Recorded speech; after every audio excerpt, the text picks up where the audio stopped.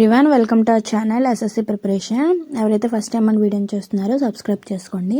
So మనకి SSC CGL exams అనేవి start అయిపోయాయి కదా.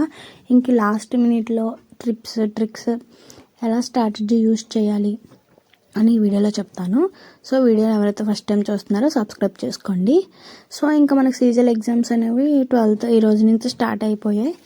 సో ఇంకా లాస్ట్ మినిట్లో ఏమేమి చదవాలి, ఎలా చదవాలి, ఎగ్జామ్ సెంటర్కి వెళ్ళగానే ఏం చేయాలి అనేది ఈరోజు చెప్తాను. సో ఫస్ట్ ఆఫ్ ఆల్ ఎవరైతే ఎగ్జామ్స్ రాస్తున్నారో వాళ్ళందరికీ ఆల్ ద బెస్ట్. పానిక్ అవ్వద్దు, స్ట్రెస్ అవ్వద్దు, రిజల్ట్ గురించి అస్సలు ఆలోచించొద్దు. రాయండి, వెళ్ళి అటెంప్ట్ చేయండి ఎగ్జామ్. రిజల్ట్ గురించి థింక్ చేయొద్దు. స్టే పాజిటివ్, థింక్ పాజిటివ్, ఓకేనా? సరే అయితే ఇంకా రీజనింగ్కి వచ్చేసరికి మనం ప్రీవియస్ ఇయర్ క్వశ్చన్స్ ఎక్కువ ప్రాక్టీస్ చేస్తూ ఉండండి. సో మన ప్రీవియస్ క్వశ్చన్స్ ఎక్కువ ప్రాక్టీస్ చేశారనుకో మీకు ఐడియా అనేది, లాజిక్ అనేది తెలుస్తూ ఉంటుంది క్వశ్చన్కి. సో ఎగ్జామ్ సెంటర్ వెళ్ళగానే మీకు వాళ్ళు రఫ్ షీట్ ఇస్తారు కదా. ఆ రఫ్ షీట్లో ఫస్ట్ డైరెక్షన్స్ ఉన్న ఈ A to Z numbers series రాసుకొని పెట్టుకోండి. ఎందుకంటే మీకు క్వశ్చన్స్ వస్తాయి కాబట్టి అప్పుడు ఈజీగా ఉంటుంది ఫైండ్ అవుట్ చేయడానికి. అక్కడ టైం అనేది సేవ్ అవుతుంది. సో రీజనింగ్ ఇలా చేయండి. తర్వాత ఇంకా యాప్టిట్యూడ్కి వచ్చేసరికి ఫార్ములాస్ నేర్చుకోండి ఎక్కువ. అంటే లాస్ట్ మినిట్లో అన్ని ఫార్ములాస్ చదువుకొని వెళ్ళారనుకో మీకు ఎక్కడ ఏ ఫార్ములా యూజ్ చేయాలి, ఏ కాన్సెప్ట్కి ఏ ఫార్ములా అని ఆ థియరీ పార్ట్ అంతా మీకు తెలుస్తుంది. సో యాప్టిట్యూడ్లో ఫార్ములాస్ ఎక్కువ నేర్చుకొని వెళ్ళండి. సో ఇంక ఇంగ్లీష్కి వచ్చేసరికి ఒకాబులరీ ఒక 2 times అలా రిపీటెడ్గా చదువుతూ ఉండండి. రిపీటెడ్గా చదివి ప్రీవియస్ ఇయర్ క్వశ్చన్స్ అటెంప్ట్ చేస్తే మీకు ఒకాబులరీ అయిపోద్ది, సరిపోద్ది. తర్వాత ఇంకా గ్రామర్ రూల్స్లో మనకి noun, pronoun, parts of speech, active and passive voice, వీటి యొక్క రూల్స్, స్ట్రక్చర్స్ తెలుసుకున్నారనుకో మీకు అక్కడ ఎర్రర్ ఏంటనేది ఫైండ్ అవుట్ చేయగలరు. సో ఇది ఇంగ్లీష్ పార్ట్. ఇంకా జీకేకి వచ్చేసరికి స్టాటిక్ జీకేలు ఎక్కువ చూసుకోండి. అంటే ఆర్టికల్స్, స్టాటిక్ జీకే అంటే బుక్స్ అండ్ ఆథర్స్, స్పోర్ట్స్ ఇవి ఉంటాయి.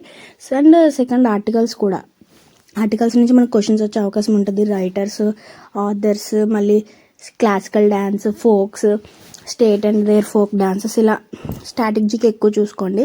మాక్ టెస్ట్లు ఎక్కువ ప్రిపేర్ అవుతుంటే మీకు సరిపోద్ది. ఇప్పటి వరకు మీరు ఎంత నోట్స్ ప్రిపేర్ చేసుకున్నారో అది సరిపోద్ది. ఇంక కొత్త టాపిక్స్ ఏమీ టచ్ చేయొద్దు, చదవకపోతే వదిలేయండి. న్యూ టాపిక్స్ అయితే అసలు టచ్ చేయొద్దు. ఇప్పటి వరకు మీరు ఎంత నోట్స్ ప్రిపేర్ చేసుకున్నారో దాన్ని రివిజన్ చేయండి, ప్రాక్టీస్ చేయండి, మాక్ టెస్ట్లు ప్రిపేర్ అవ్వండి. సో ఇలా మీరు చేస్తే మీకు గుడ్ మార్క్స్ వచ్చే, బెటర్ మార్క్స్ వచ్చే అవకాశం ఉంటుంది, మీరు క్వాలిఫై అవకాశం ఉంటుంది. కానీ కొత్త టాపిక్స్ అస్సలు టచ్ చేయొద్దు. ఓన్లీ మాక్ టెస్ట్లు, ప్రాక్టీస్, రివిజన్. ఏ నోట్స్ ప్రిపేర్ చేసుకున్నారో అదే రివిజన్ చేయండి. సో అర్థమైంది కదా. ఇది ఇంకా ఇలా ప్రిపేర్ అవ్వండి. ఇవే last minutes and tips and tricks.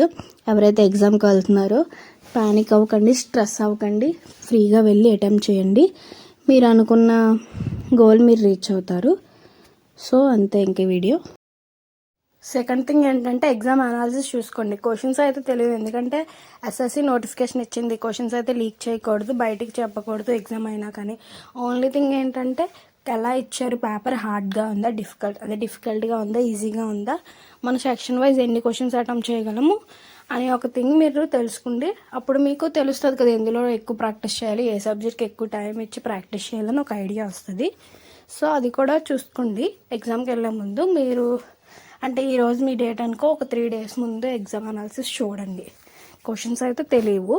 So అది అనమాట. అందరూ పర్ఫెక్ట్గా ఎగ్జామ్ రాయండి. అందరికీ ఆల్ ద బెస్ట్. ఎవరైతే ఎగ్జామ్స్ రాస్తున్నారో వాళ్ళందరికీ ఆల్ ద బెస్ట్.